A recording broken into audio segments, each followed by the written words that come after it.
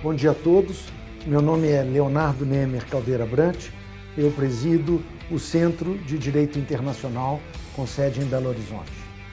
É com muita alegria que eu saúdo a todos os presentes, saúdo igualmente os professores internacionais e nacionais que irão estar conosco durante essas 2 semanas, durante o 16º curso de Direito Internacional. Eu gostaria de dizer que, em primeiro lugar, esse curso foi todo desenhado num novo modelo online. Nós já estamos aí no 16º curso desse gênero. Ele foi totalmente adaptado às novas circunstâncias, o que, de certa forma, permitiu também uma extensão do número de participantes, de professores internacionais e nacionais participantes. Temos este ano 19 grandes nomes do direito internacional que estarão presentes conosco durante essas 2 semanas. Num primeiro momento, portanto, eu gostaria de agradecer a todos os professores que colaboraram conosco, que estarão conosco nesse período, com palestras muito interessantes sobre temas dos mais variados do direito internacional. A todos eles, o meu muito obrigado.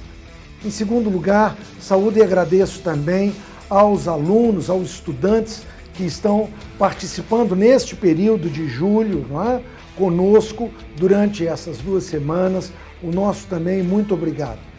Esse é um curso que envolve uma grande equipe do Centro de Direito Internacional, a qual eu tenho o imenso orgulho de colaborar e de presidir. Ele é um curso que pretende trazer para o Brasil e para a nossa América Latina o mesmo modelo de cursos que, de forma quase centenária, já é uma tradição nos países europeus e nas principais universidades do mundo. Portanto, para nós uma grande satisfação que tenhamos ele já há mais de uma década no Brasil. O curso de inverno de Direito Internacional, com toda a sua abrangência e extensão, não seria possível de ser realizado igualmente se não fosse a relevante parceria e a confiança e o apoio da Fundação Konrad Adenauer no Brasil. A ela estendo um caloroso agradecimento e tenho a certeza de que estamos contribuindo juntos para os valores do direito internacional, para os valores dos direitos humanos, para os valores do Estado Democrático de Direito, para os valores da democracia e, com certeza, para a compreensão e construção de um mundo, de um universo internacional mais justo e mais equilibrado. Portanto, agradeço de forma calorosa ao apoio da Fundação Konrad Adenauer no Brasil. Gostaria, portanto, de dar início ao 16º curso de inverno de Direito Internacional, esperando que todos tenhamos 2 semanas de muitas atividades e aprendizado. Um forte abraço a todos. Bom dia a todos. Eu sou a professora Renata Furtado de Barros e agradeço a honra de poder participar como moderadora do 16º curso de inverno de Direito Internacional do CEDIM. Eu agradeço em especial ao professor Leonardo Nemer Caldeira Brant pelo convite e pela confiança, e agradeço também à equipe técnica que está fazendo esse evento possível, né? É uma grande honra estar aqui para apresentar e moderar a palestra de uma jurista pela qual eu tenho grande admiração, professora Silvia Steiner, que foi juíza do Tribunal Penal Internacional, desembargadora federal e procuradora da República em São Paulo, e também é mestre em Direito Internacional. Hoje nós temos a honra de ouvirmos a professora Silvia proferir a palestra intitulada O Tribunal Penal Internacional, Aspectos Gerais. Muito obrigada pela honra, professora Silvia. Vou passar a palavra para a senhora e, posteriormente, eu volto para a gente poder discutir as perguntas aí que serão feitas pelos nossos ouvintes. Muito obrigada pela honra.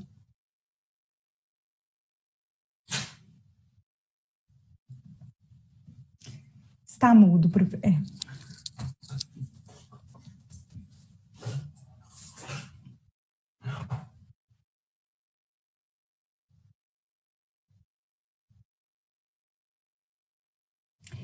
Ainda está mudo, professora. Deixa eu ver aqui. Pronto, agora Isso, me ouvem? deu certo. São as agruras da tecnologia, não é? Tudo bom tem um pouquinho de dificuldade para a gente valorizar mais, né? É um prazer estar aqui com a senhora. Muito obrigada, eu é que agradeço imensamente, em primeiro lugar, o convite do professor, meu amigo, companheiro de muitos anos, professor Leonardo Nemer, com quem tive o prazer e a honra de compartilhar a coordenação do único e melhor livro de comentários ao Estatuto de Roma, já publicado aqui em nosso país, o nosso Tribunal Penal Internacional, Comentários ao Estatuto de Roma, onde coordenamos uma equipe de mais de 60 autores, a maior parte deles europeus, e para trazer exatamente aos brasileiros mais conhecimento sobre esse ainda ilustre desconhecido, que é o Tribunal Penal Internacional. Então, meu abraço muito afetuoso do professor Leonardo Nemer, agradeço as palavras da professora Renata Furtado, e deixo aqui, dou o meu bom dia a todos e todas que estão nos ouvindo nesta manhã. Eu, dentro de um tema tão amplo como é o do Tribunal Penal Internacional e os diversos diferentes aspectos que nós poderíamos abordar sobre o Tribunal Penal Internacional, eu resolvi fazer uma breve apresentação no sentido de situar o Tribunal Penal Internacional dentro desse universo maior que é o direito internacional, o novo direito internacional, como eu costumo chamar. Não aquele direito internacional público tradicional, ainda de mais de um século atrás, mas um novo direito internacional público, em que se elegeram determinados valores, inclusive valores individuais, não somente valores dos estados ou da comunidade internacional, como valores importantes e que merecem, portanto, a proteção das instâncias internacionais. Então, eu vou me propor a fazer um breve apanhado da evolução do que eu considero hoje os 3 principais ramos do direito internacional e que convergem no sentido de conferir proteção a um valor consagrado como um valor talvez o mais importante para a comunidade internacional, que é a dignidade humana. E falando da dignidade humana, então, nós primeiro vamos falar um pouco sobre o direito internacional humanitário, que historicamente é aquele que primeiro ganhou novos contornos dentro do campo do direito internacional. Como todos sabem, o direito internacional humanitário, ele é aquele que regula 2 aspectos ligados aos conflitos armados. É o direito dos conflitos armados, para resumir de uma maneira bastante simples. Primeiro, regulando a condução das hostilidades, na medida em que estabelece normas que limitam o nível de força necessária e autorizada para debilitar o potencial do inimigo, e num outro aspecto que estabelece normas de proteção àquelas pessoas que não tomam parte ativa nos combates ou que tenham deixado de fazê-lo. Portanto, o direito internacional humanitário é aplicável em situações qualificadas como de conflitos armados de caráter internacional ou não internacional. Essa definição do que sejam conflitos armados, nós a encontramos nos próprios tratados e na jurisprudência. A evolução do direito humanitário, como eu disse, a primeira que se destaca do direito internacional público, trazendo novos institutos, e, de certa forma, na ocasião, revolucionários, na medida em que, em meados do século XIX, imaginar-se normas internacionais de limitação do poder absoluto dos Estados era realmente, digamos, revolucionário. Nós podemos situar, historicamente, com este primeiro desdobramento do direito internacional público tradicional na Convenção de 1864, que foi onde pela primeira vez se tratou da condição de militares feridos nos campos de batalha, seguida logo pela declaração para proscrever em tempos de guerra o uso de determinados projéteis explosivos ou inflamáveis. Vejam bem que se limita o poder absoluto de um Estado de atuar em tempos de guerra, o que, vamos dizer, traduz uma inovação. A limitação do poder absoluto dos Estados pelo direito internacional era algo até então impensável. Tivemos logo em 1899, no final do século, as convenções, as primeiras convenções, a primeira conferência de Haia sobre as leis e costumes de guerra, adaptação da guerra marítima, a Convenção de Genebra de 1864. Tivemos a Conferência de Genebra de 1906, logo no começo, portanto, do século XX, que atualiza a Convenção de 1864, também aqui para a Convenção para melhorar a sorte dos feridos e enfermos nos exércitos de campanha, e, finalmente, a Conferência de Paz da Haia de 1907, notável Conferência da Haia, que inaugura o chamado Direito da Haia, que é voltado a compilar as normas relativas à condução das hostilidades e os métodos e meios de combate permissíveis. Foi a partir daí, da Primeira Guerra Mundial, com certeza, que nós tivemos o maior impulso no chamado direito internacional humanitário, uma evolução significativa da normativa internacional sobre proteção de prisioneiros e feridos, a proibição de uso de certas armas, o estabelecimento da noção de pessoas e grupos protegidos e a proibição de represálias em tempo de guerra a estas pessoas e grupos protegidos, culminando logo no pós-Segunda Guerra Mundial, em 1949, com a edição das 4 Convenções de Genebra, de 1949, a primeira Convenção de Genebra sobre a melhoria de tratamento de feridos e enfermos nas Forças Armadas em campanha, a segunda Convenção de Genebra sobre a melhoria das condições de feridos, enfermos e náufragos no mar, a terceira Convenção de Genebra relativa ao tratamento dos prisioneiros de guerra, e, por fim, a 4ª Convenção de Genebra relativa à proteção de civis em tempo de guerra.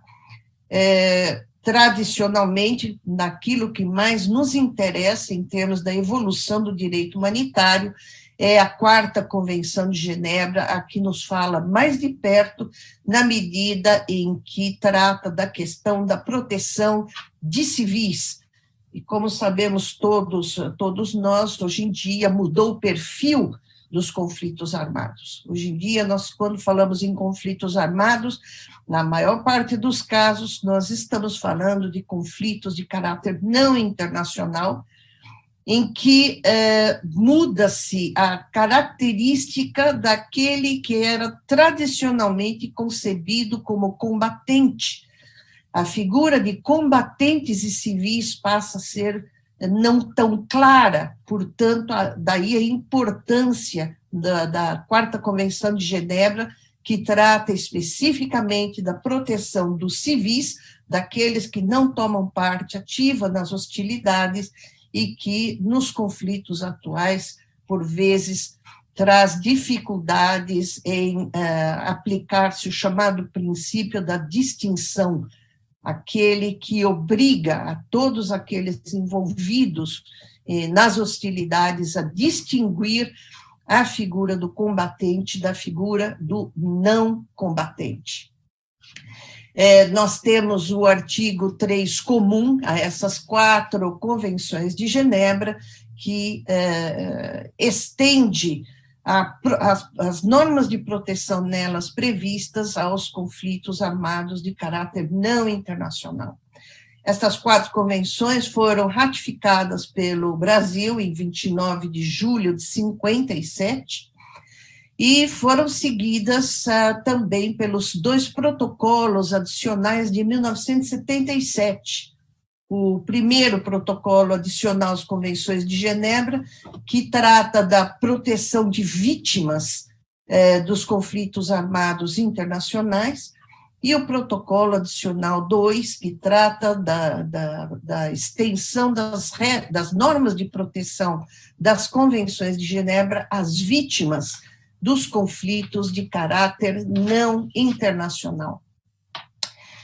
Então, resumindo apenas esta parte, nós temos hoje estabelecido um corpo normativo bastante robusto, do chamado direito da Haia, aquele que regula os meios e os métodos de combate, e que ainda em grande parte vem assentado em bases convencionais, em que se aplica, por exemplo, o regime da reciprocidade ou da voluntariedade dos Estados, à exceção das chamadas normas de proteção, específicas de proteção, que, de acordo com a Convenção de Viena sobre o Direito dos Tratados, no seu artigo 60, parágrafo 5, prevê que são as normas de proteção do corpo iuris do direito humanitário, são normas imperativas de direito internacional e, portanto, irrevogáveis.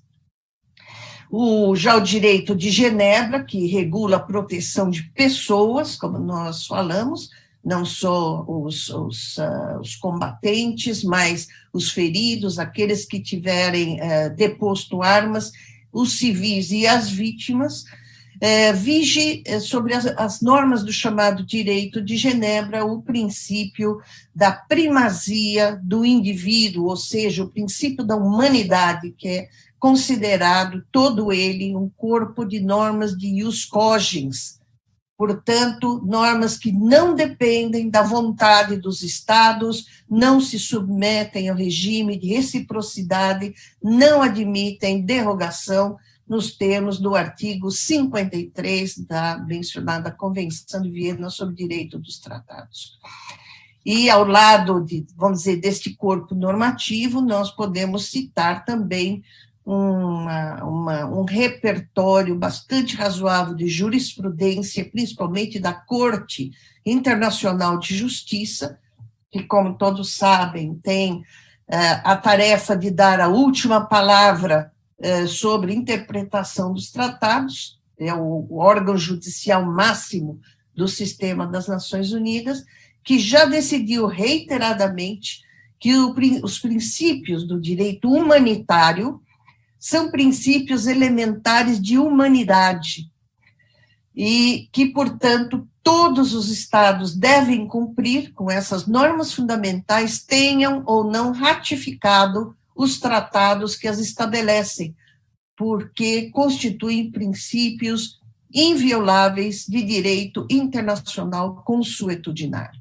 Portanto, esta é a consagração não só de um corpo normativo do direito internacional, mas também reconhecido pela Corte Internacional de Justiça como parte do direito consuetudinário, internacional consuetudinário, e, portanto, normas de ius cogens, aplicáveis independentemente da ratificação de tratados, da existência ou não de reciprocidade e independe da voluntariedade dos Estados. Vejam bem a especificidade dessas chamadas normas de proteção do direito internacional humanitário.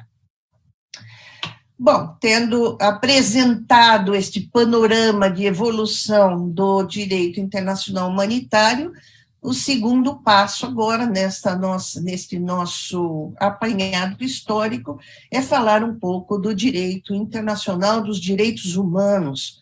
É o segundo dos novos ramos do direito internacional público, que aqui nos interessa até que possamos chegar ao direito penal internacional, que é a mais recente destas etapas evolutivas do direito internacional. O direito internacional dos direitos humanos, ele nasce tradicionalmente é destinado a proteger os indivíduos contra abusos do poder estatal. Esta é a primeira ideia sobre o direito internacional dos direitos humanos. Mais recentemente, nós vemos que incluíram-se normas de proteção de indivíduos contra abusos de outras entidades, outros atores, que não somente os estados, como, por exemplo, grupos armados, empresas, organizações em geral. A base do direito internacional dos direitos humanos é o princípio de que os indivíduos têm direito a exercer e gozar de determinados direitos fundamentais de forma independente e permanente.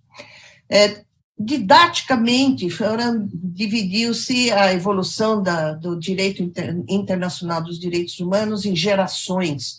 A primeira seria de direitos individuais, a segunda dos direitos sociais, a terceira, e mais recente, dos direitos coletivos.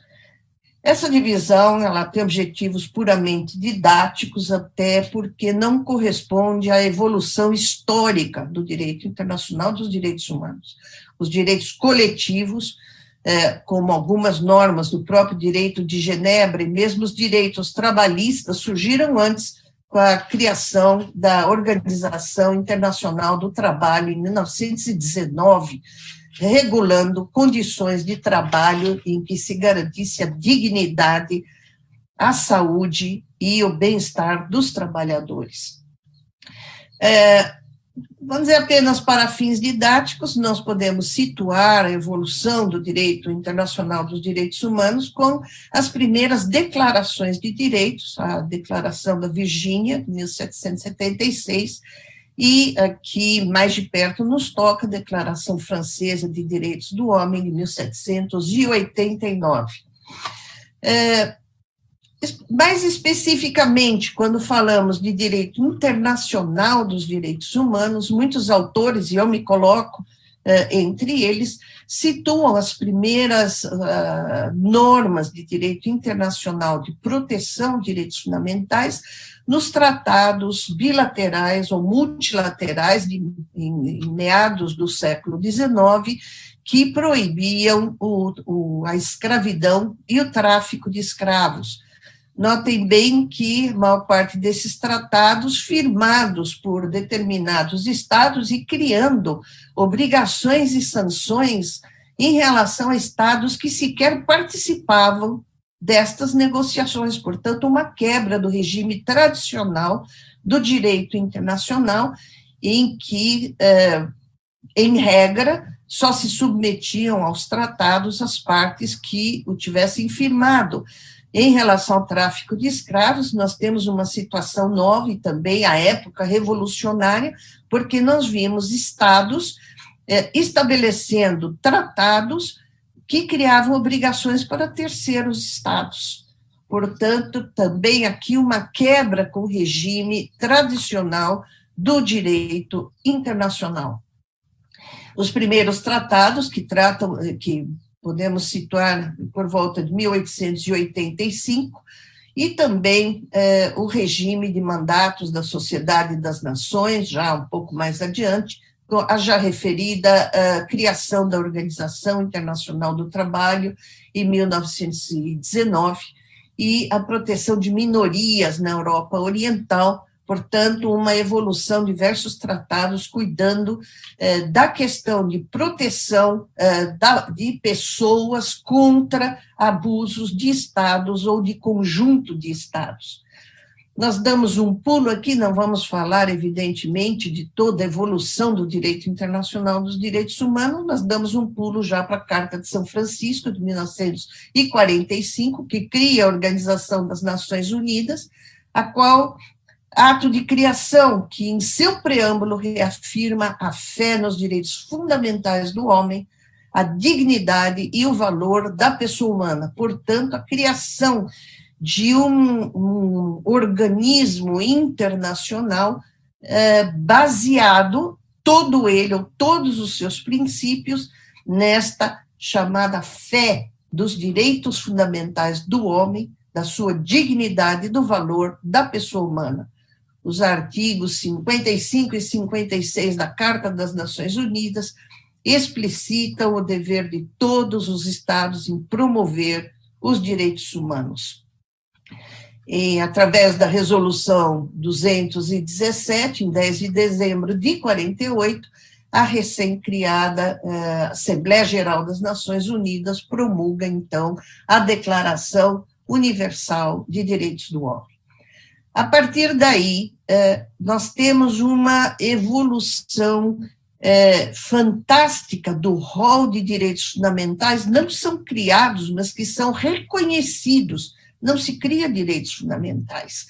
Nas palavras de Norberto Bobbio, os direitos fundamentais, eles são reconhecidos. E a partir do momento em que são reconhecidos como direitos fundamentais, nós não temos uma possibilidade de reversão, não se pode voltar ao status quo ante. Nós podemos, sim, acrescer o reconhecimento de novos direitos fundamentais, jamais de retroceder. Portanto, o processo de evolução, tanto no plano universal como nos planos regionais, das cartas de garantia de determinados direitos, é um processo evolutivo histórico que não tem retorno. Então, apenas para citar muito rapidamente, eu trago a Convenção contra o Genocídio, de 1948, a Convenção sobre Proteção de Bens Culturais em caso de conflitos armados, que é de 54, a Convenção Suplementar sobre a Abolição da Escravatura, do Tráfico de Escravos e instituições análogas, práticas análogas, veja bem o novo conceito, a escravatura, que é de 56, a Convenção sobre a Eliminação de Todas as Formas de Discriminação Racial, de 65, os dois pactos internacionais, o de direitos civis e políticos, o de direitos econômicos, sociais e culturais, ambas de 66, a Convenção para a Proteção do Patrimônio Mundial, Cultural e Natural, de 72, a Convenção sobre a Eliminação de Todas as Formas de Violência contra a Mulher, de 79, a Convenção contra a Tortura e Todas as Formas de Tratamentos Desumanos, Cruéis ou Degradantes, que é de 84, a Convenção sobre Direitos da Criança, de 1990, a Convenção sobre a Proteção das Pessoas Portadoras de Deficiências, de 2006, e a Convenção para a Proteção de Todas as Pessoas contra o Desaparecimento Forçado, que é de 2007, e esses são apenas alguns exemplos. Eu vou deixar de citar nos planos regionais, mas que, em grande medida, reproduzem as convenções de proteção do plano universal. Portanto, num resumo sobre a evolução deste ramo do direito internacional, que é o direito internacional de direitos humanos, o que nós podemos verificar é o contínuo processo de internacionalização dos direitos humanos, que não exclui de maneira alguma as normas consideradas como princípios gerais de direito internacional, não exclui o direito costumeiro, e que assegura o caráter nuclear de determinados direitos que não admitem qualquer tipo de derrogação sob nenhuma circunstância. O núcleo, o chamado núcleo duro dos direitos humanos, são o direito de não ser escravizado, o direito de não sofrer atos de genocídio e o direito de não sofrer tortura. Tais direitos não admitem qualquer excludente, nem mesmo as excludentes tradicionais do direito penal. Esses direitos não podem ser suprimidos ou suspensos mesmo em situações de conflitos armados. Já também aqui, no campo da proteção internacional dos direitos humanos, decisões da Corte Internacional de Justiça já afirmaram que os princípios, isto é apenas um exemplo, os princípios previstos na Convenção sobre Genocídio são princípios reconhecidos pelas nações civilizadas como mandatórios para quaisquer estados, mesmo que não tenham ratificado a Convenção. Então, portanto, equiparam-se as normas de direito internacional humanitário e, portanto, sob a proteção do artigo 53 da Convenção de Viena sobre o Direito dos Tratados. Certos direitos, por outro lado, previstos nas convenções de direitos humanos, ao contrário daqueles previstos no direito humanitário, podem ser suspensos em determinadas situações. As normas de direito humanitário, evidente por uma questão de lógica, não podem ser as normas de proteção suspensas em situações de conflitos armados. Já as normas internacionais de direitos humanos, algumas delas, podem sofrer algumas limitações quando nós tratamos de situações de emergência, de perigo público, casos de guerra ou outra emergência que ameaça a independência ou a segurança do Estado, desde que essa suspensão não seja incompatível com obrigações impostas pelo direito internacional.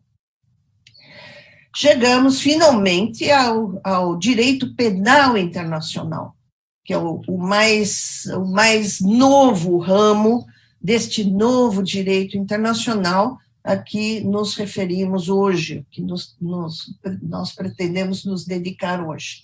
O direito penal internacional, ele trata de um conjunto de normas destinadas a proibir certas condutas e imputar responsabilidade penal individual a quem os cometa. Então, aqui a primeira grande diferença deste novel ramo do direito internacional, aquele em que pela primeira vez se imputa a responsabilidade individual perante o direito internacional.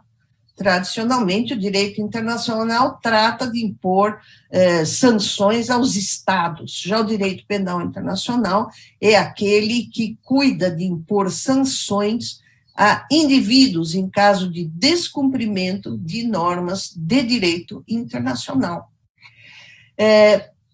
Essa tem sua origem exatamente nas normas gerais de direito internacional humanitário e de direito internacional dos direitos humanos. Portanto, a base do direito penal internacional é o direito humanitário e o direito internacional dos direitos humanos.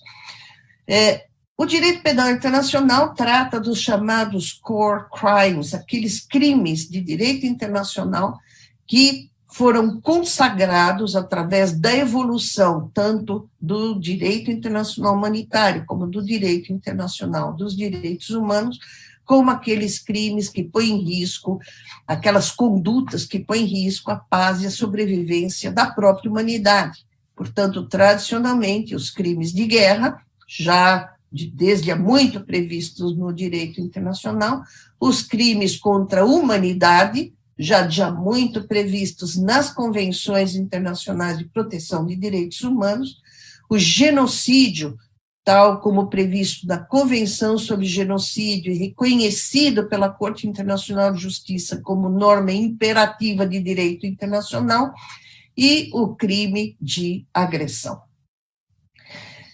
Aqui só uma observação de que os chamados crimes internacionais não se confundem de maneira alguma com os crimes transnacionais, como seriam, por exemplo, o tráfico de drogas, o tráfico de pessoas e de armas, ou alguns atos de terrorismo e outras condutas, crimes contra o meio ambiente. Estes são crimes transnacionais, não se incluem, portanto, nos chamados crimes contra a paz.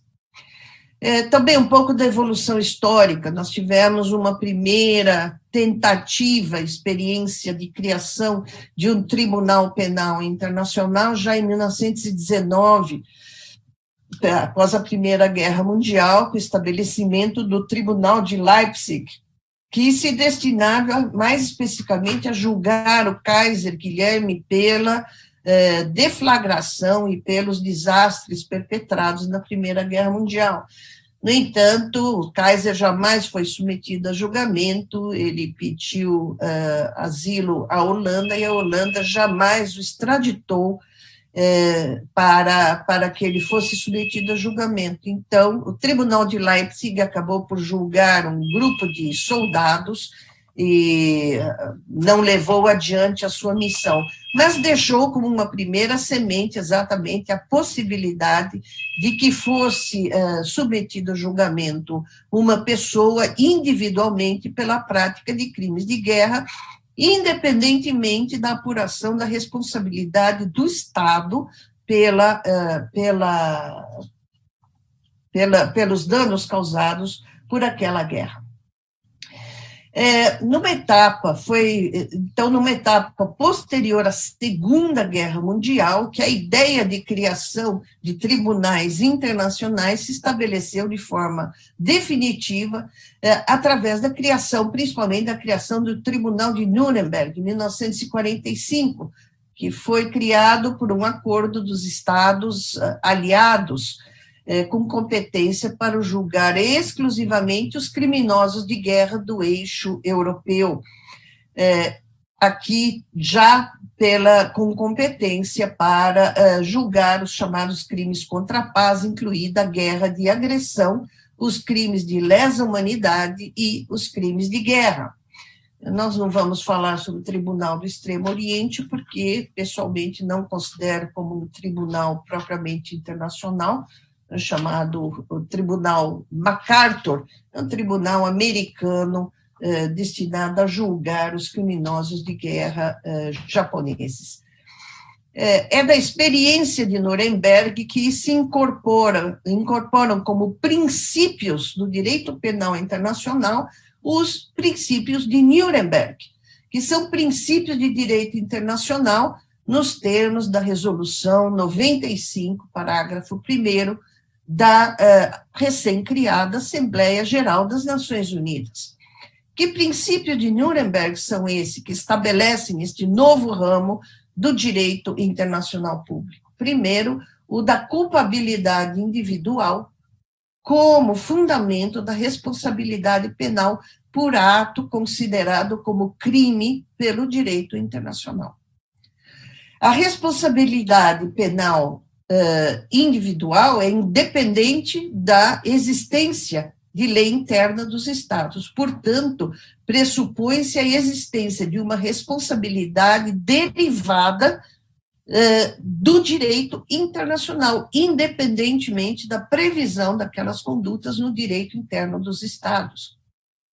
Outro dos princípios de Nuremberg, aquele segundo o qual a posição oficial ocupada pelo acusado não afasta por si só a responsabilidade penal internacional.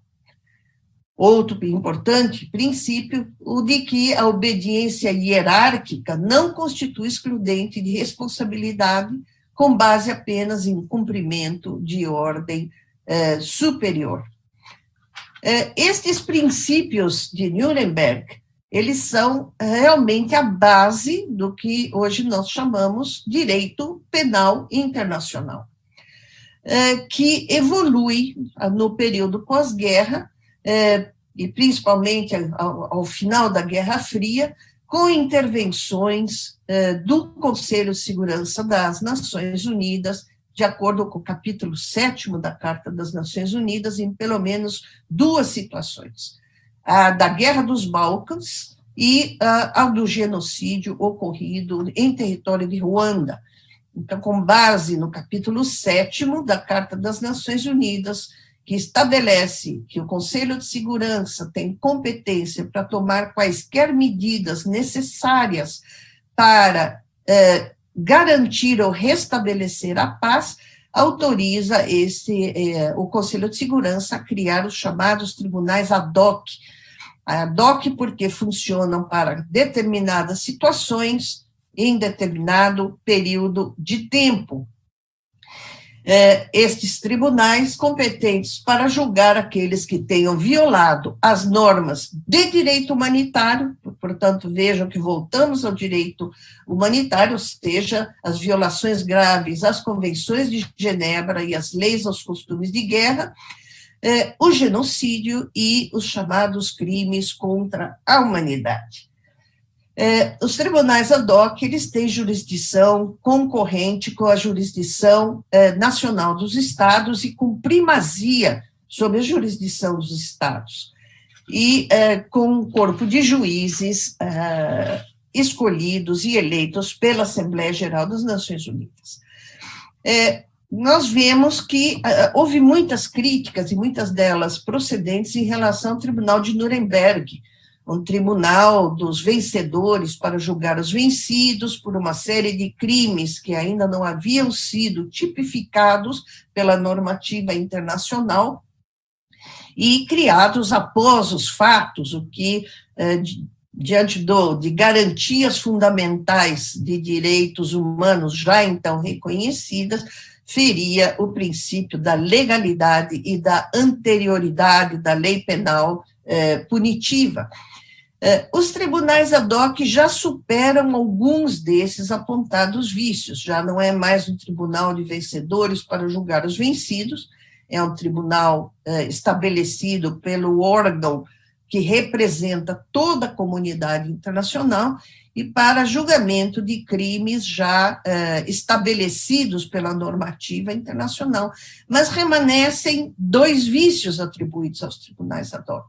O primeiro deles é o fato de serem criados após os fatos, portanto, em desacordo com a normativa ou com o princípio de proteção da pessoa humana, que é o princípio do juiz natural. E o segundo dele, a seletividade do Conselho de Segurança Nacional, seletividade política. Por que Iugoslávia e Ruanda, por que não Camboja, por que não outras tantas situações em que houve violações de direito humanitário e de direitos humanos ao redor do mundo. E é exatamente para superar essas críticas que a Comissão de Direito Internacional das Nações Unidas elabora o projeto de criação de um Tribunal Penal Internacional permanente, aquele que viria despido de todos esses vícios que foram apontados em relação aos tribunais do pós-guerra e aos tribunais ad hoc. No entanto, já estabelecidos definitivamente, inscritos no direito internacional de forma definitiva, os chamados princípios gerais de direito penal internacional. Portanto, primeiro, que estabelece definitivamente a noção da existência de crimes internacionais. Em segundo lugar, que estabelece definitivamente a noção de competência internacional para julgamento desses crimes, em face de reconhecer uma legitimidade da comunidade internacional para exigir que se investigue, se processe e que se julgue os chamados crimes internacionais. Ainda, estabelecem os tribunais anteriores, de forma definitiva, o princípio da responsabilidade penal individual pela prática de crimes internacionais, independentemente da responsabilidade do Estado. E, por fim, que estabelece definitivamente os princípios de não aplicabilidade da exceção de obediência devida e o não reconhecimento de imunidades, tais como reconhecidas pelo direito internacional tradicional. Então, é dentro deste cenário que nós temos a criação do Tribunal Penal Internacional, em 1998, e que foi aprovado nos últimos minutos do último dia da Conferência de Roma, 17 de julho de 1998. na época considerado pelo secretário-geral das Nações Unidas como um passo gigantesco diante da marcha pela universalidade dos direitos humanos. Quais são as principais características desse novo Tribunal Penal Internacional, que criado pelo Estatuto de Roma, estatuto que é um tratado, e que entrou em vigor dia 1º de julho de 2002. A sua principal característica, e aqui repito, no sentido de afastar quaisquer daqueles alegados vícios contra os tribunais ad hoc, a sua principal característica, a irretroatividade. O Estatuto de Roma entra em vigor em 1º de julho de 2002, o que significa que nenhum crime cometido anteriormente a essa data pode ser submetido à jurisdição do tribunal. Permanece, neste caso, o poder do Conselho de Segurança das Nações Unidas de estabelecer cortes ad hoc para julgar crimes anteriores. Há pouco tempo atrás foram estabelecidas, por exemplo, as câmaras extraordinárias para o Camboja, para julgar os crimes cometidos pelo Khmer Rouge naquela época, mas é um tribunal misto e não um tribunal internacional propriamente dito. Portanto, temos como principal característica do Tribunal Penal Internacional a irretroatividade. Também o seu caráter complementar às jurisdições nacionais. Contrariamente aos tribunais ad hoc, como eu mencionei, tinha jurisdição com primazia sobre a jurisdição interna dos Estados, aqui o Tribunal Penal Internacional Permanente tem uma jurisdição complementar. Ele só pode atuar quando a jurisdição nacional não puder ou não quiser exercer a sua jurisdição primária. A base do Estatuto de Roma é convencional e, portanto, a aceitação da jurisdição depende da ratificação do Estatuto de Roma pelos Estados partes. Aqui abre-se, no entanto, uma exceção de que qualquer situação, independentemente de ser o Estado parte ou não parte do Estatuto de Roma, pode ser remetida ao Tribunal Penal Internacional através de resolução do Conselho de Segurança das Nações Unidas. Portanto, aqui novamente, dentro dos poderes conferidos pelo capítulo 7º da Carta das Nações Unidas, o Conselho de Segurança pode ou estabelecer um tribunal ad hoc ou remeter uma situação, desde que essa situação seja posterior, 1º de julho de 2002, pode remetê-la ao Tribunal Penal Internacional, e o fez em 2 ocasiões, no caso do conflito de Darfur e no caso do conflito da Líbia. A tipificação dos crimes de competência do tribunal vem expressa e detalhada no próprio Estatuto de Roma. Portanto, um código penal em garantia do princípio da legalidade estrita dos delitos e das penas. São tipificados as condutas de crimes de genocídio, de crimes contra a humanidade, de crimes de guerra e, mais recentemente, depois da Conferência de Kampala de 2010, também do crime de agressão.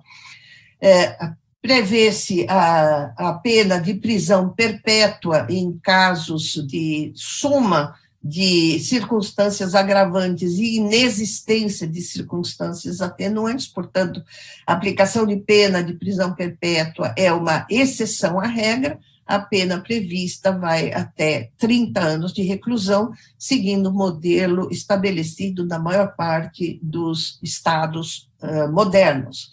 Imputabilidade aos 18 anos, previsão expressa no seu artigo 27 de não reconhecimento de imunidades, a previsão iuris et de iure, portanto, que não admite prova em contrário da ilegalidade das ordens para cometer crimes de genocídio e crimes contra a humanidade, e a previsão da imprescritibilidade dos crimes previstos seguindo neste sentido a tendência moderna do direito internacional de considerar imprescritíveis os chamados crimes contra a paz.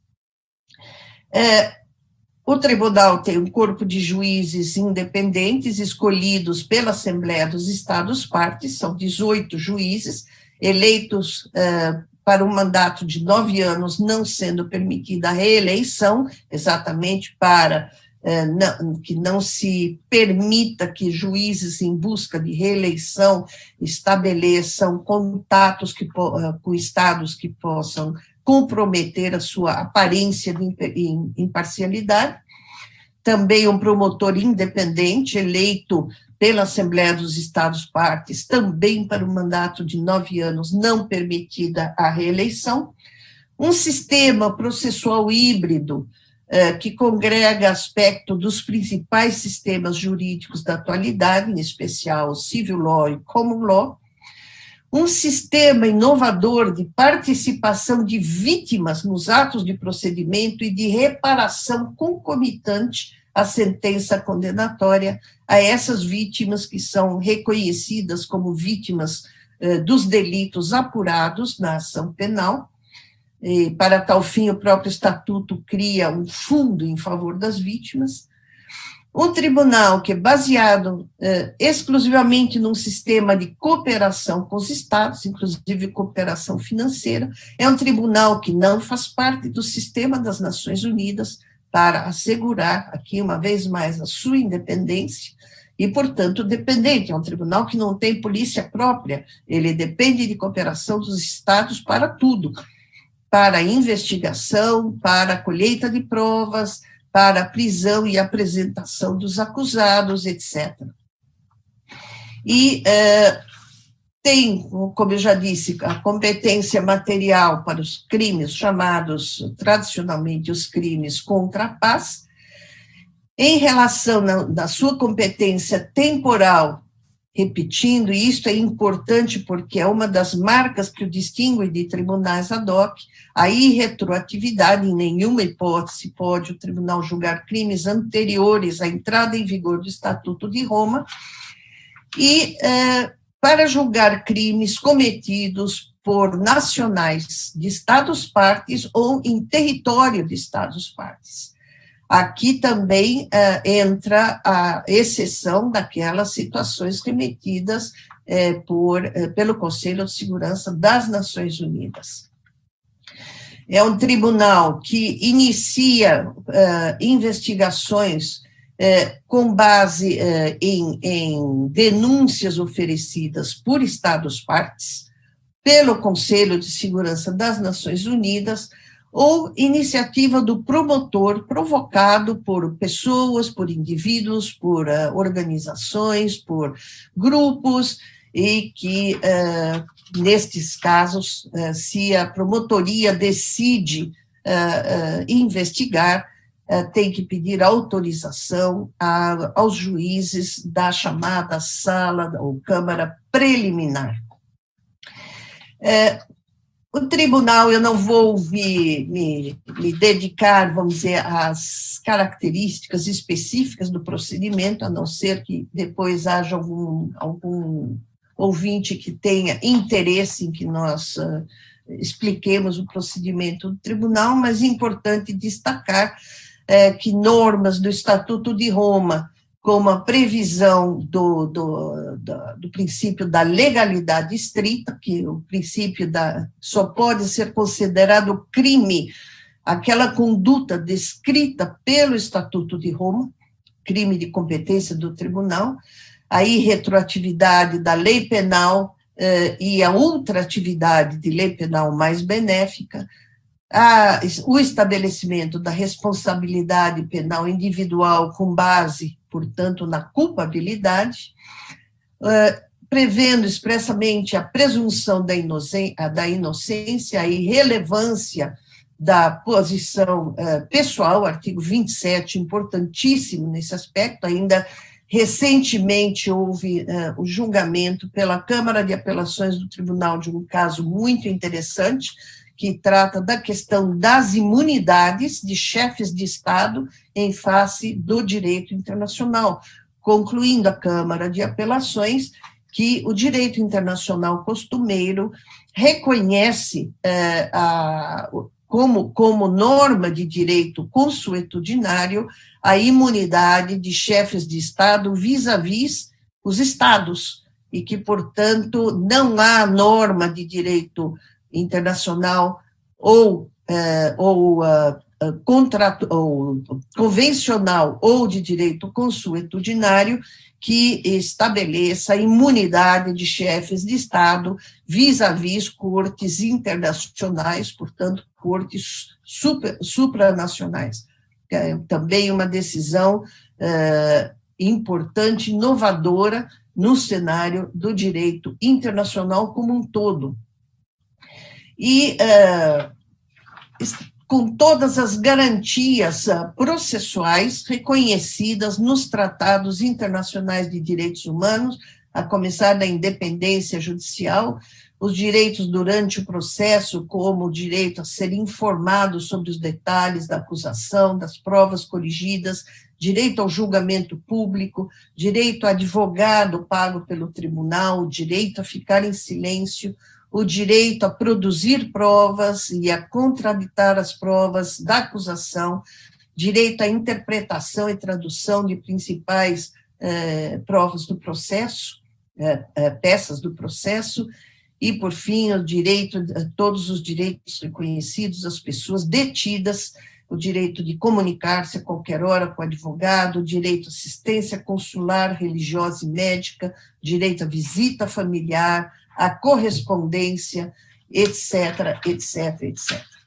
Concluindo aqui, nos últimos minutos que me foram destinados, existe uma coincidência na aplicação de certas regras do direito internacional humanitário, do direito internacional dos direitos humanos e do direito penal internacional, nos pontos em que convergem na proteção de determinados valores nesses três ramos do direito, os valores como a vida, como a liberdade, a integridade física, a igualdade, o direito a um julgamento justo, entre outros.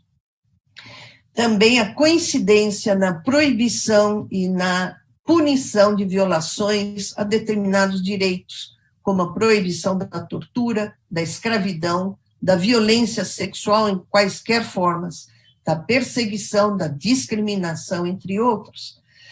A proibição do uso indevido da força, a proibição da agressão e da guerra de conquista, o respeito à autodeterminação dos povos. Existem entre esses três ramos do direito, evidentemente, uma relação entre a chamada lex generalis, a lei geral, e a lex specialis, a lei especial.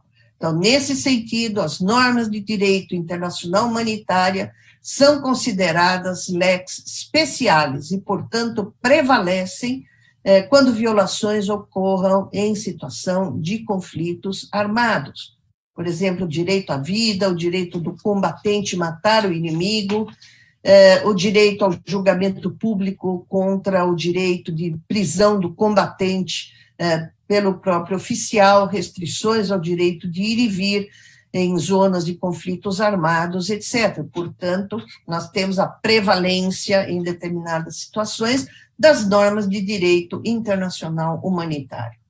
Já as normas de direito penal internacional prevalecem sobre as normas de direito internacional humanitário sempre que a conduta for considerada crime pelo Estatuto de Roma. São, como conclusão, consideradas regras imperativas de direito internacional geral. E vejam bem que esta não é uma expressão vaga, é uma expressão técnica utilizada no direito internacional e pela Convenção de Viena sobre Direito dos Tratados, os princípios gerais de direito internacional humanitário, de direito internacional dos direitos humanos e de direito penal internacional. São princípios, são regras imperativas do direito internacional geral.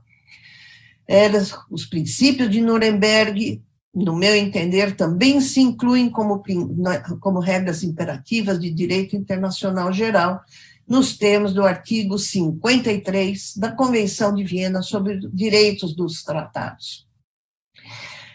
Como normas imperativas, ou normas de ius cogens, como também são apelidadas, contém valores essenciais, voltados ao bem comum, reconhecidos pela comunidade internacional como um todo, e, portanto, hierarquicamente superiores às demais normas de direito internacional e independem da vontade dos Estados.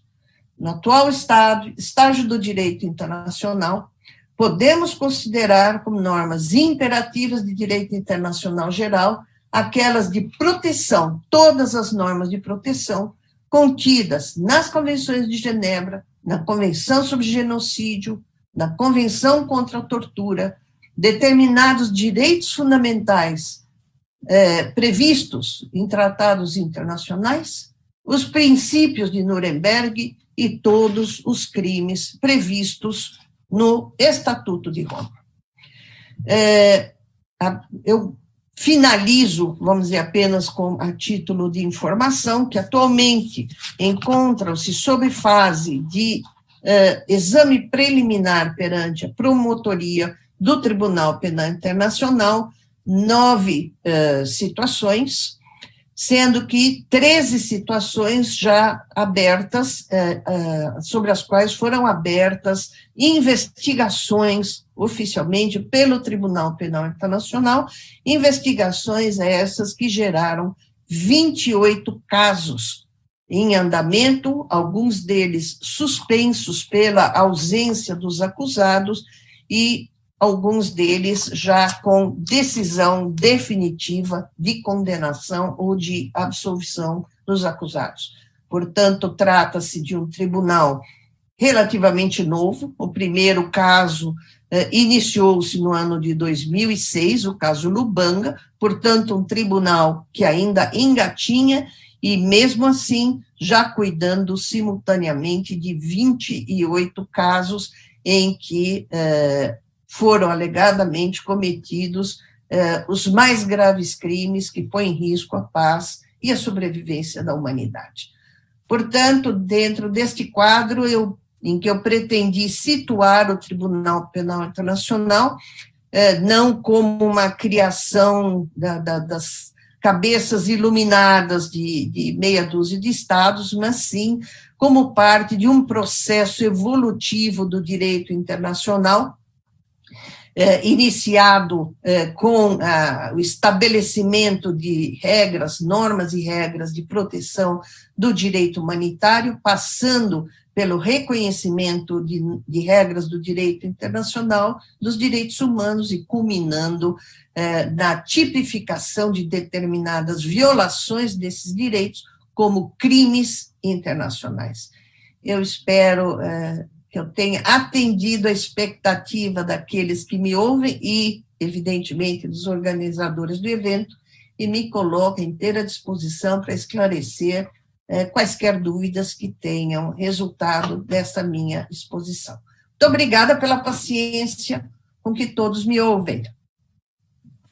Professora Sílvia, que aula maravilhosa, muito obrigada, por todos esses ensinamentos tão didáticos e, ao mesmo tempo, com uma análise tão certeira a respeito do papel que, inclusive, a gente pode perceber de forma mais abrangente, o direito internacional tem, cada vez mais, através dos tribunais e dos seus mecanismos de proteção do ser humano, da dignidade humana, num sentido de se adotar aí o princípio do pro homine acima de todas as circunstâncias, objetivamente, quando a gente analisa a questão do Tribunal Penal Internacional, fica muito claro e evidente a importância que se dá e que é necessária de responsabilização não só do Estado como pessoa jurídica de direito internacional, mas também daqueles que individualmente se envolvam com esses crimes de competência do Tribunal Penal Internacional. Então, a gente ficamos muito gratos de poder ouvi-la e acredito que os alunos também consigam perceber aí a magnitude da atuação em diferentes vertentes do Tribunal Penal Internacional para se realmente buscar uma efetivação do direito internacional dos direitos humanos de forma mais abrangente, né? Então, te agradeço demais. Eu não quero tomar muito tempo, porque os nossos ouvintes, alunos, espectadores, não sei como eu devo chamar aqui, mas eles estão colocando várias perguntas extremamente interessantes, que eu vou selecionando aqui de acordo, porque são várias, então a gente vai ver quantas que a gente consegue responder, lembrando que amanhã também a gente tem a satisfação de conversar de novo com a senhora, né, com uma temática aí afeita à questão do direito das mulheres, que eu fico mais satisfeita ainda de discutir diante dos estudos que tenho feito aí também no plano internacional e nacional. Bom, eu vou começar fazendo uma pergunta, porque tem alguns alunos que fizeram várias perguntas aqui, e eu vou começar fazendo uma pergunta do Vitor Xavier. Ele falou: bom dia, professora, os princípios preconizados pela cláusula Martens no direito de Haia representariam uma proteção viável aos unlawful combatants, visto que no contexto da guerra ao terror, principalmente de 2003 e 2004, o governo Bush deteu diversos indivíduos, negando os direitos humanos referentes a prisioneiros de guerra. E aí tem uma outra pergunta falando sobre essa questão dos Estados Unidos, muitas vezes não respeitar. O próprio Vitor fala que em 2018, John Bolton, ex-secretário-geral do Estado dos Estados Unidos, declarou: "We don't cooperate with the ICC. We will let the ICC die on its own." Então, acho que essas duas perguntas que eles gostariam que você comentasse, né? A senhora já mencionou a questão do terrorismo como um crime que não seria de competência do Tribunal Penal Internacional, mas existe aí essa dificuldade e esse combate político feito pelos Estados Unidos ao Tribunal Penal Internacional. Então, eles gostariam que a senhora comentasse essa questão.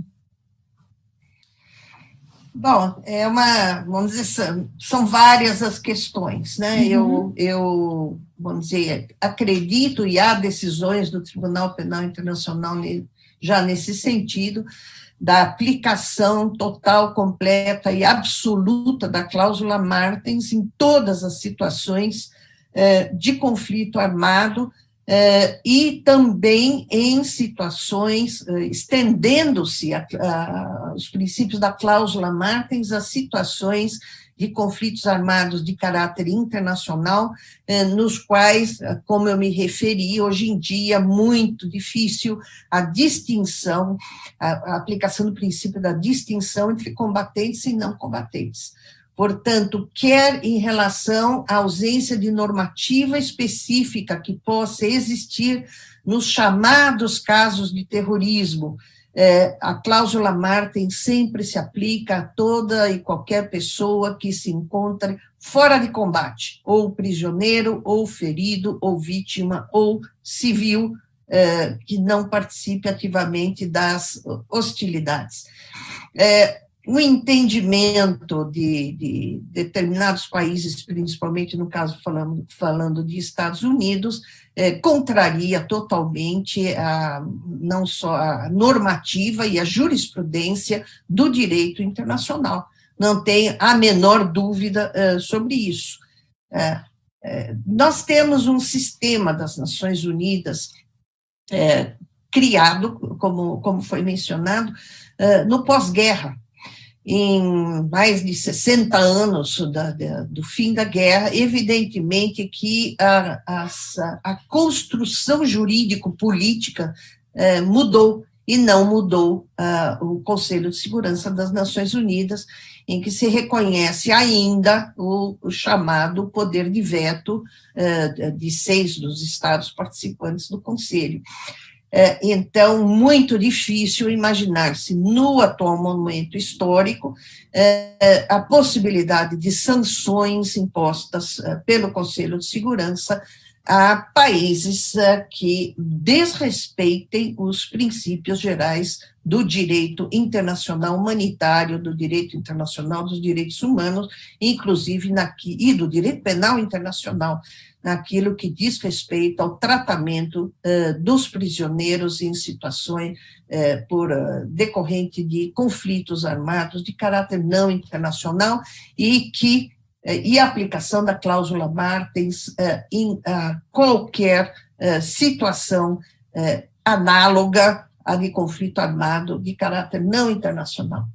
Portanto, sim, aplica-se, se deveria aplicar a cláusula Martens, não se aplica por determinados estados, e por fim, um comentário que é muito mais de caráter político do que de caráter jurídico: a oposição sistemática dos Estados Unidos ao Tribunal Penal Internacional é fato conhecido, é público e notório.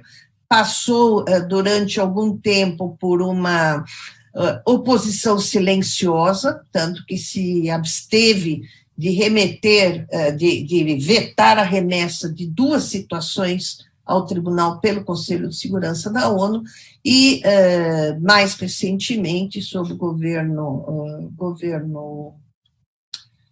Trump, recrudesce esta oposição, inclusive com as chamadas medidas sancionatórias contra o tribunal. O que eu posso dizer é que eu tenho certeza que o tribunal sobrevive.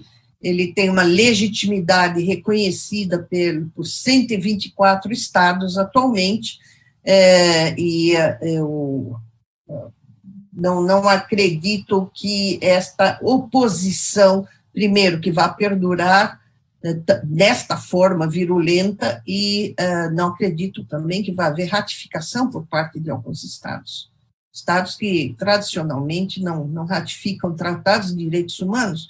Nós temos, por exemplo, a Convenção sobre Direitos da Criança, que é aquela que teve a maior margem de ratificações e adesões, e que, na comunidade internacional, e que até a última informação que eu tive, apenas 2 estados não haviam ratificado: a Somália e os Estados Unidos.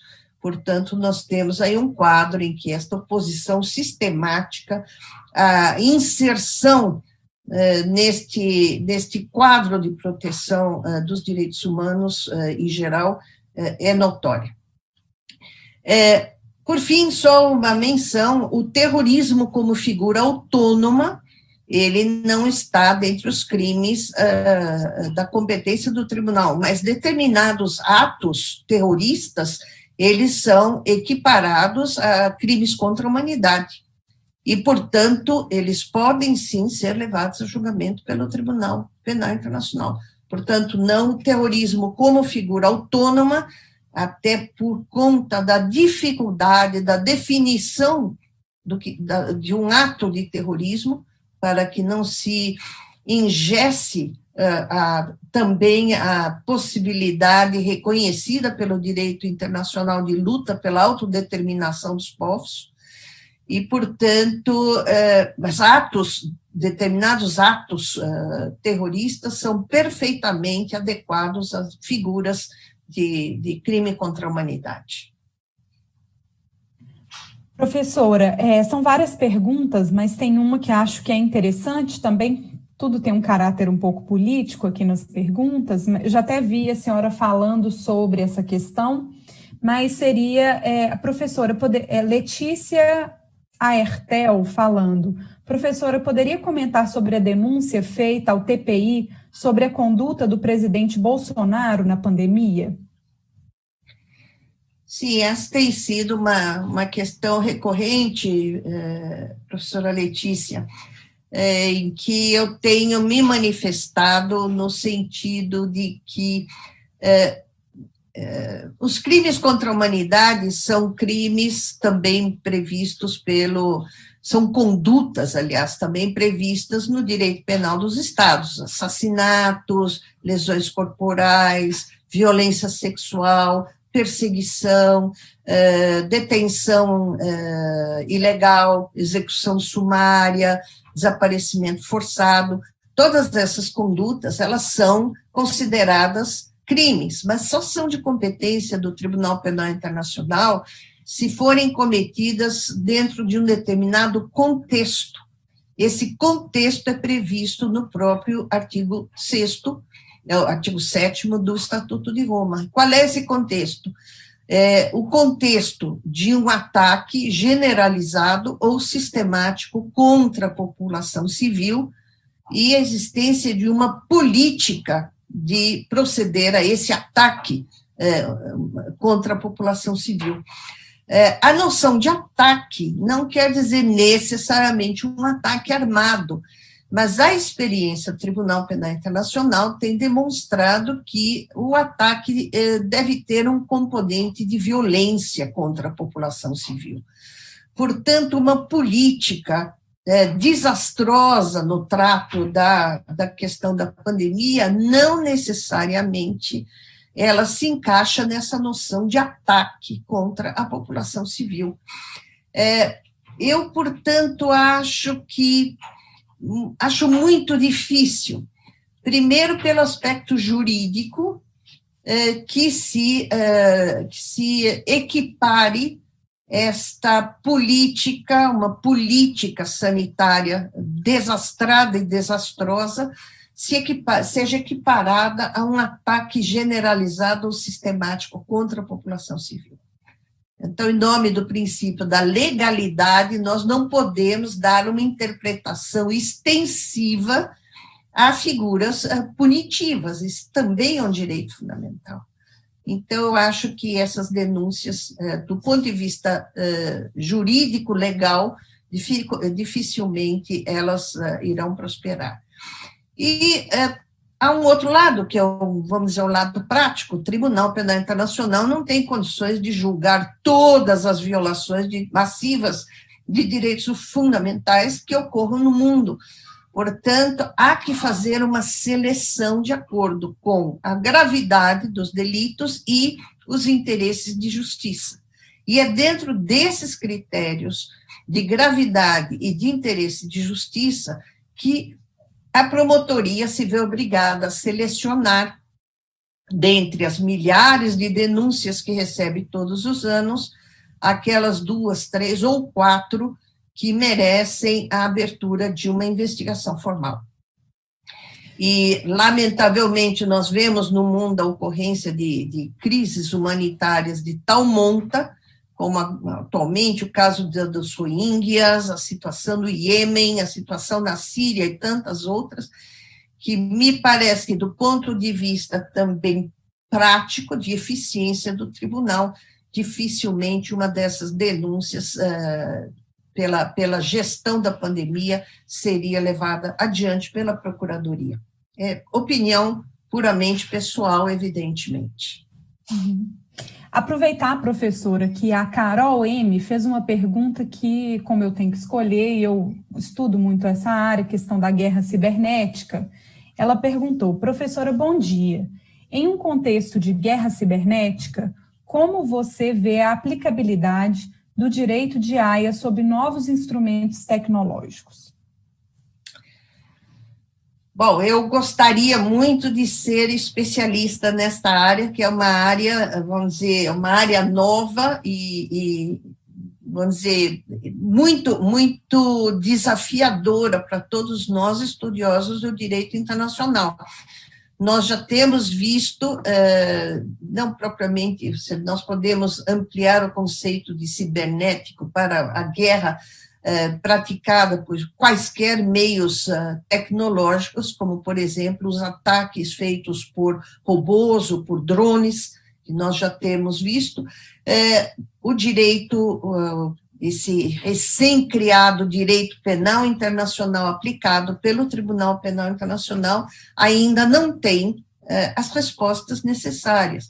O que eu posso adiantar é a possibilidade de aplicação, em tese, a este tipo de ataques que infringem o direito internacional humanitário, principalmente porque incapazes de respeitar os princípios da distinção, princípio da necessidade e da proporcionalidade, é a aplicação do artigo 28 do Estatuto de Roma, que é aquele que responsabiliza os comandantes militares ou os superiores hierárquicos por crimes cometidos em razão de sua omissão em exercer um controle apropriado sobre os seus subordinados ou tropas sob sua autoridade e controle.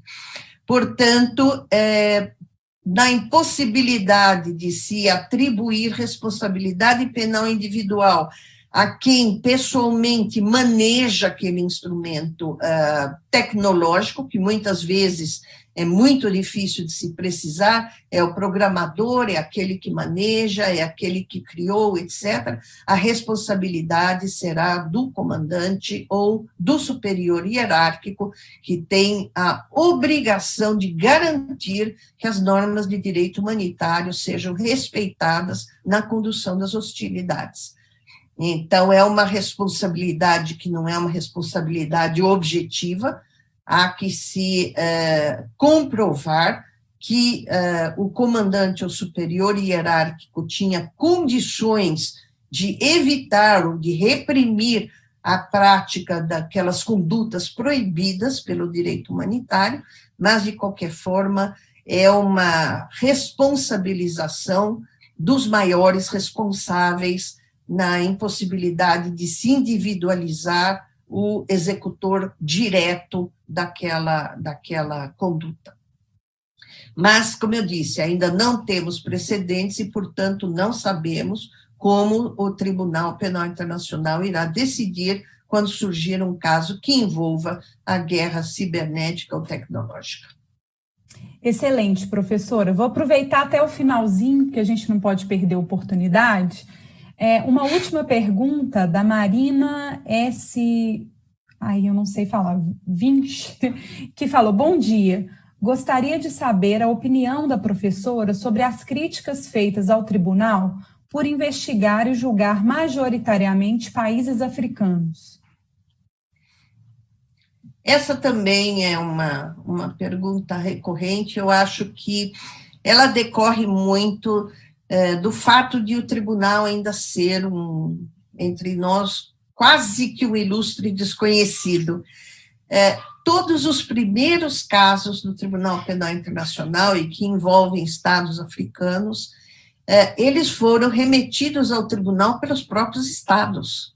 Não fomos nós do tribunal que saímos em busca de casos na África, foram os estados africanos que viviam, alguns deles ainda vivem em situações de desestruturação causada por conflitos armados de décadas, foram eles que remeteram situações ao tribunal, dizendo expressamente: eu não tenho condições de exercer a minha jurisdição interna, por favor, investiguem vocês e levem a julgamento os maiores responsáveis. Portanto, há vários casos que se originaram dessas situações de conflito, e estes casos todos remetidos pelos próprios estados. 2 deles foram remetidos pelo Conselho de Segurança das Nações Unidas, o caso de Darfur e o caso da Líbia. E, portanto, casos que decorreram de iniciativa do próprio promotor são 2 ou 3, não mais do que isso. Então, esta ideia de que o tribunal teria uma opção preferencial para estados africanos, ela não é correta. O segundo ponto que eu gosto sempre de lembrar é a primeira vez dentro do cenário internacional em que a comunidade internacional como um todo volta os seus olhos às vítimas dos conflitos armados na África. Nunca ninguém deu importância para o que acontecia na África. Eles que se entendessem, se matem entre si. Portanto, eu acho que o fato de um tribunal internacional sofisticado, tecnológico, com juízes altamente gabaritados, estar voltando seus olhos aos clamores de vítimas na África, eu acho que que depõe em favor do tribunal e não em desfavor do tribunal. E, por fim, eu menciono de novo, que das situações atualmente, ou sob investigação, ou sob exame preliminar da Procuradoria, que ainda não chegaram, vamos dizer, aos noticiários, e por isso o desconhecimento, mas a maior parte delas não envolve estados africanos. Nós temos exames preliminares na Colômbia, na Palestina, nas Filipinas, na Ucrânia e na Venezuela, por exemplo, só para citar alguns exemplos. Nós já temos casos abertos na Geórgia, no Afeganistão e em Bangladesh, e, portanto, talvez eles não tenham essa visibilidade ainda, porque são casos que ainda não chegaram à fase de julgamento, que é aquela que atrai a atenção da mídia, mas que estão em andamento e sob investigação. E, portanto, esta visão de um tribunal neocolonialista que está perseguindo africanos é uma visão que não corresponde à realidade.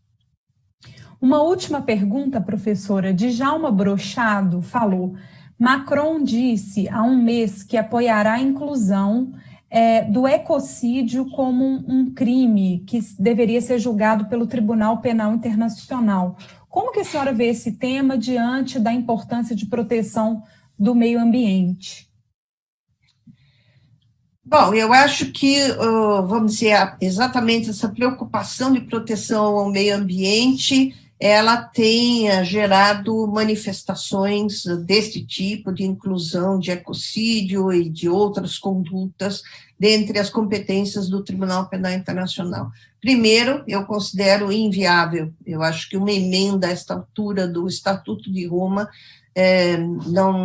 não encontraria eco. A maior parte dos representantes da comunidade internacional deseja manter, e exatamente dentro deste quadro de evolução que eu mencionei do direito internacional humanitário, direito internacional dos direitos humanos, deseja manter as competências do tribunal centradas nos chamados crimes contra a paz.